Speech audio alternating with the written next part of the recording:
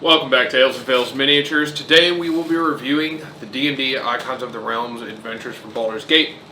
The case price was a little high for me, to be very honest with you, so I did just decide to pick up all of the ones that I wanted out of it. A little less of the humanoids, more of the monsters, beasts, cool things like that. So just wanted to pick up a couple of those to add to my collection and show them to you guys. So let's get into it.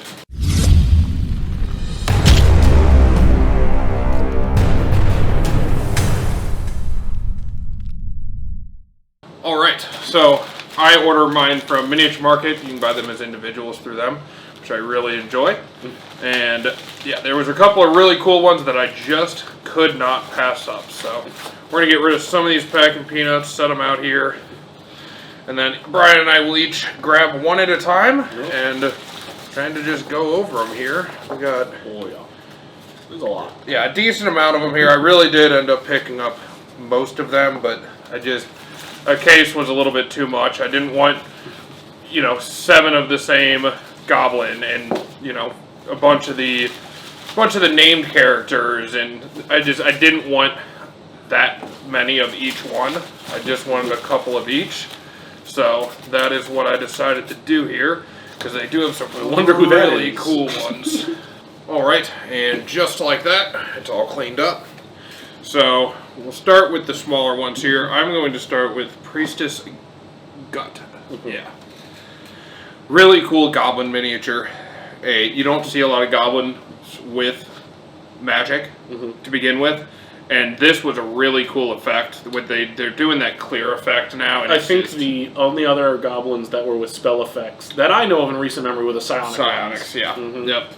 Yeah, and this is just a crazy one. If you've played Baldur's Gate, you would know who Priestess Gut is, but I just think it's a really cool miniature. I'm obviously not going to use it as Priestess Gut. I'm going to use it unless, I guess they might have a stat block that I could still base it off of. Oh yeah. So yeah, I really like the mixture of goblinoids that you do not usually see. So I had to pick this one up. Really cool. They did an amazing job on the sculpts on these, and it's even better on the paint almost compared to a lot of the other ones. Like the faces look really good. They just do a really nice job on this set. We love spell effects. Yes, we do. There's 2 of these, slightly different. Yes. Different paint jobs, but the Justiciar Avenger and the Dark Justiciar. Yep. And same model, same sculpt, but the difference is the color scheme. Yeah. Darker armor, all gold armor, but black cloak versus purple cloak. So. Yeah. But the same sculpt. The sculpt is phenomenal. Very ornate, interesting armor, and the color schemes as well is fantastic for all the Shar themed things. Yeah, and they're just really cool, and you could use them as temple guards or anything like that. Oh, I like cultist. Yeah, like high level cultist is perfect. Yeah, there's just a really cool miniature that can be used for so many different things. That's why I decided to pull the trigger on them. And yeah, they're just, I have so many different ideas, and I actually really liked these ones because of the fact that they had like all the spikes and stuff on the shoulders, because it honestly kind of went with this one, which is the Sarevok Anchev or something like that. I don't know his actual name, but he also has a bunch of the spikes and stuff on the shoulders, so you could have it as like high, the highest of priest, and then or even just a solid warrior. Yeah, you look at them both. Yeah, good armor, fantastic. The sword on the Justiciars is really gnarly looking.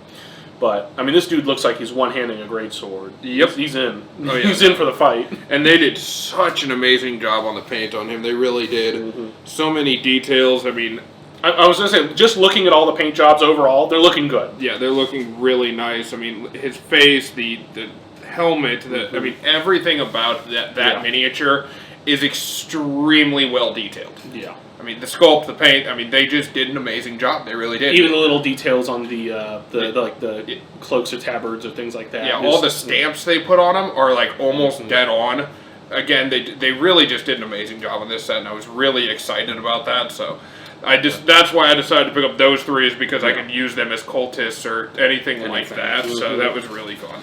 I want to go with this guy. This is the Duergar. Yeah. Just a really cool looking Duergar. It is. It really is. And there's not many Duergar minis. Yeah. But I mean, even dwarves in general, there's quite a couple. Few. But get some Duergar love. Yeah. Very nice. And it was just a really cool miniature with that hammer, the shield, they just did a really nice job on it as a whole. It is no nonsense war dwarves. Yeah. And that is the look they bring. With the spikes on the hammer and the armor, the shield even, everything. Love it. I love them. No, that's kind of where I was at too. Alright, I'm going to go with I think this is just, Necromite of Myrkul, and all these names, Myrkul. Myrkul. Yep, there we go. But I got this one just because it's a skeleton wearing cloaks, which you don't, again, see very often. You could use it as a spellcaster or something like that. Wizard undead. Yeah. So it's really cool just to have, again, just a different style of skeleton. So I thought that was a really cool one. That's why I was like, I got to at least pick up a couple of these. And this was definitely one I was like, all right, that's cool. Yeah. Yeah, and they, again, just such a great job. I mean, super thin on the legs, but actually decently sturdy. Like, it looks so good. They really did a really nice job on all of these. For how thin it is, because, it's bones. Yeah. Very sturdy. Very cool. Yeah, I really like that. Let's go with you, because this is just looking like a hobgoblin. But, this is Dror Ragzlin. Yep. Another named character, but very cool hobgoblin mini is the main thing. And I love that Warhammer. The Warhammer's sick. Yeah, that was one thing that I don't think I have a hobgoblin that has a Warhammer. And most of my hobgoblins have like the crazy armor and the stuff like that. Samurai armor. And this is just just a monster. Yeah. Just a beefy hobgoblin. Yep. Some very simple clothing, some straps, and the hammer. Yeah. Yep. No, fantastic. Yeah, super cool miniature. And then this is another goblin. This is just Goblin Novice. Okay. And I really just, the full plate armor with the mace or the hammer that is a giant stone. I was like, that is nuts. Again, something you don't see very often. And when you stick that on a battlefield, you're going to be able to tell the difference between this goblin and a lot of the other ones. Yeah. And that's what I really like. I just think it's funny because the juxtaposition of, here's full plate armor, but they couldn't get a maul. Yeah. So they just said, here's rock. Yep, here's a giant rock. Yeah, it's Goblin. It works. It's just really cool. Again, just this variety that Baldur's Gate threw out there that is not something you normally see. That's what I really liked about a couple of these miniatures. And again, great sculpt, great paint on that one as well. Yeah. Probably one of my favorites. Another name, but this is the Sovereign Glut. Yep. This is one of the myconoids. Yeah. And a very unique myconoid, which is why he's here, most definitely. The color scheme alone is fantastic, of these grays and maroon and all that. But he also just looks like a noble, kind of. He's got that whole fat thing going on. He's got the big crown. Yeah. And it looks like armor where it's just more of the larger looking plating or fungal. Yeah, he is fun. Yeah, it's a super cool one. I loved this part of Baldur's Gate, and I also love myconoids, so I really had to. And they don't get enough love. No, they don't. Minis, they really. We need a lot more. So it is fun. It is fun to see any of them show up. Yeah, and this is just a really fun, cool one to add to a myconoid collection. So yeah. All right. All big ones. Yeah, I'm gonna go with just the basic Worg. I have a lot of Worgs, but this is just a different take on the Worg, in my opinion. It looks decently similar to a lot of the other ones, but it's different enough to where I just wanted to add another one to where I can tell them apart on the battlefield, and I love Worgs, so thought I might as well pick up another variant.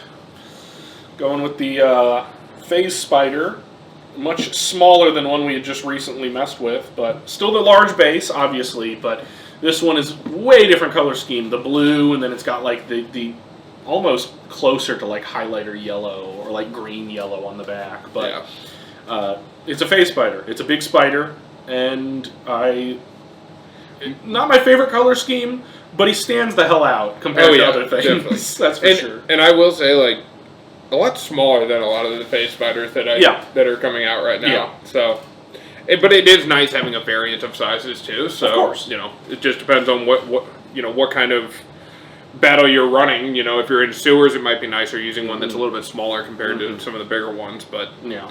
All right, and then this is the Lump, the Enlightened. So another named character from Baldur's Gate.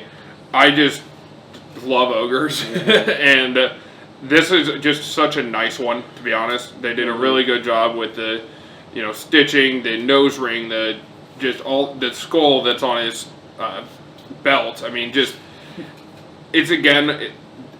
he looks enlightened, or she, I forget which it is, but they look extremely enlightened, and you never get to see that kind of like smile out of a ogre. Well, I was about to say, it's not only that, but also the armor. That they've actually got some armor going on compared to just rags. Just a little bit more. Yeah. But I wish they would have painted this one a little bit better, because it is supposed to be like fur on the shoulder, and then the other shoulder is supposed to be leather, and they just kind of painted everything the same color. They did. I wish it would have taken just a little bit more time to put in a couple of those details, which I probably on this one will go back and do that, just because, again, there's very clear fur. Yeah. The skull is the same color as the rope holding it up. Like, certain things like that they could have done better on, but it's such a nice sculpt that all I really have to do is go back, put a base coat on it, and then put a dry brush, and it's done. So. And also, it's an ogre. Yeah. Slap it down, it is an ogre. It's still very good. It gets the point across. Definitely. I mean, yeah. Let's go for the Minotaur, which is just a Minotaur. Yeah. It's a Minotaur. Yeah. He's got a little bit going on, a lot more bone stuff. Kind of the same thing in the Ogre, where there's some very basic colors. Yeah. Like the leather straps on him is the same color as the fur, just about. But I mean... It's a really nice sculpt, though. It's more Minotaurs, and this one's actually not holding a weapon. Yes. Unlike most of them. So, I'll take the uniqueness. Yeah, I think that the sculpt on this it's extremely nice, and again, it's a variant of Minotaur. If you can have, enough variants to where if you have 3 or 4 of them on a battlefield and be able to tell them apart completely, that's just really nice. So that's why I ended up grabbing this one, and I think again it's a cool one to not have a weapon. Yeah, it's just coming in there brawling. Yeah, that's always fun. Yeah, that's a really cool one. All right, and then I'm going with the Bulette here. This is the craziest looking Bulette that I have. Yeah. I actually like it because I also painted all mine to be metallic armor on the backs.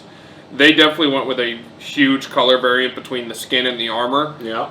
And they also, the head is much larger on this compared to a lot of the other Bulettes, and the plating is much more aggressive. Like, I think this is just a super cool variant of a Bulette. I probably won't end up using it. I'll probably end up using it as like a mutated one or something like that, because it looks so much different than a lot of the basic ones out of D&D. But it's very cool. Again, the detail on this is absolutely insane. The paint job is actually phenomenal on this one. It really is. Like, they did the lining perfectly. The feet, I mean, it's just such I like a the cool metallic creature. look. I do too. It is. Yeah, I wish I knew where all mine were. There's always something. It's just becoming an issue, all right? I need to reorganize extremely bad. Oh, over here. Yeah. Here's one of them. So, yeah, I painted all mine to also be slightly metallic. Slightly metallic. I have like this one, then a bronze one, and a gold one. So all mine are also slightly metallic when I painted mine up. So I think this was one of the official ones. This is an official one. Yeah, that's an official one. This is another painted one. And then I painted these. There's a third one that I painted as well. But yeah, I like the metallic look compared to some of like the browns that I've seen. And so this one fits in well. But again, I mean, you can see an official Bulette compared to the Baldur's Gate one is completely different. I mean, it's a much larger creature. It's the official ones are sleeker. Yes. Whereas the Baldur's Gate ones, they got a little more crazy with it, and I do like that. Yeah, I do too. I think both have a place. Oh, 100%. And it's nice to have, again, more varieties. Yes. Yeah, definitely. And this is in the game in the Underdark, so that might be another reason why it's a little bit different, but... Oh, yeah. All right. I'm going to go with this one. This is the Spectator. Yeah, Spectator. And just a... really nice one. Yeah, gnarly looking guy. Yeah, the eye looks almost perfect on it. Like they did a really nice job on this miniature as well. The color scheming of the purple, blue, weird stuff, because I believe this was also Underdark. Yep. The eye, the color scheming. The other eyes in general, they're the same color, each of them. But they doesn't look matter, nice. but they look great in different positions for them. This is a fun one right there. Yeah, because I have quite a few different ones back here, but I got. Yeah, Spectator. I will say again, it's a lot bigger than a lot of my normal Spectators. So, because I have the unpainted versions, one of the ones from another set, and then this one, and it also is the only one that's purple. All my other ones are green. So it's nice again having that variety and variant, and they did a really nice job on the sculpt on this, and even better on the paint job. So really, really like that. And I don't know which one of these I want to review, so I'm just gonna let you pick between the two. Oh boy! I mean, all right. Yep. Another named character, but this was so sick. Though. He's so great. I mean, the devilish looking dude, hulking body mass, the skulls adorning him. The crossbow. The crossbow, the armor, the helmet or horns. Yeah, horns. Actual horns on his horns. body. I mean, he is wild looking. Yeah. I mean, and they did such an amazing job. Like, I mean, the details on his skin and on his cape. And, I mean, it's a lot. Yeah, I mean, all the little chains up and around his body with all the skulls on the front. Yeah. I mean, they even painted this to have a little bit of silver in it, his shoulder pauldron. And his leg armor. I mean, they actually did all different colors for each part of it, which is really nice. And he looks top notch. I mean, and you can use this so many different ways. Obviously, I'm probably not going to use it as Yurgir, but it's just such a cool devil or demon that I had to pull the trigger on it. Yeah. And so, it's a very, very nice one. And I'm glad it looks as good as it does. And then this was finally one of the biggest reasons I wanted to get some of the ones out of this set. This is the Slayer of Bhaal. And you can use this in so many different ways. Yeah. But it is a nasty, wild, creepy looking creature that would absolutely maul the hell out of everyone in front of it. Like, 4 arms, a giant whipping tail, so many spikes. So many claws. Yeah, it's just so sketchy and absolutely monstrous that I was like, that has to be added to the collection. It's unique. Yeah, and it is absolutely unique. Yes, it is, and that's what I love about it. There's so many spikes. And, it's a perfect demon. Yeah. And even if you don't use it as that, but yeah, it is a perfect demon. Yeah, with or like just the predator, split mouth. Split mouth, and such a cool miniature. It really is, and they did a great job on it. The sculpt's awesome. Paint job's pretty damn good, actually, surprisingly. I mean, it's got a wash on it. I was going to say, it's 2 main tones, but I mean... Yeah, but they actually put a wash on it, which is nice. I mean, they really went all out on this set. I get why they put so many humanoids in it, but in my opinion, I think there was some really cool things that they missed out on, like the Null Priestess. That should have been one, in my opinion, that they added into this set that they didn't, because she was absolutely awesome. and they instead went with, I believe, 2 other Nulls or 1 other Null, and it's like, you could have made her a rare and gotten rid of maybe one of the player characters or something like that, but I think this set is awesome. They did an amazing job on all the sculpts, all the paint jobs on them. They really did knock it out of the park. Again, I wasn't a huge fan of having a bunch of named characters, so that's why I didn't buy the whole set. But if you guys are huge Baldur's Gate fans and want all of them, you'll love it. Yeah, make sure to buy them, because these are probably, I think, the nicest all-around set that's come out recently. I mean, all of the sculpts are good, all of the paint is good. It really did an amazing job. I just wanted to pick up a set that I really wanted to show you guys, so if you guys liked this, make sure to like and subscribe, and we will catch you in the next one, though. Cheers.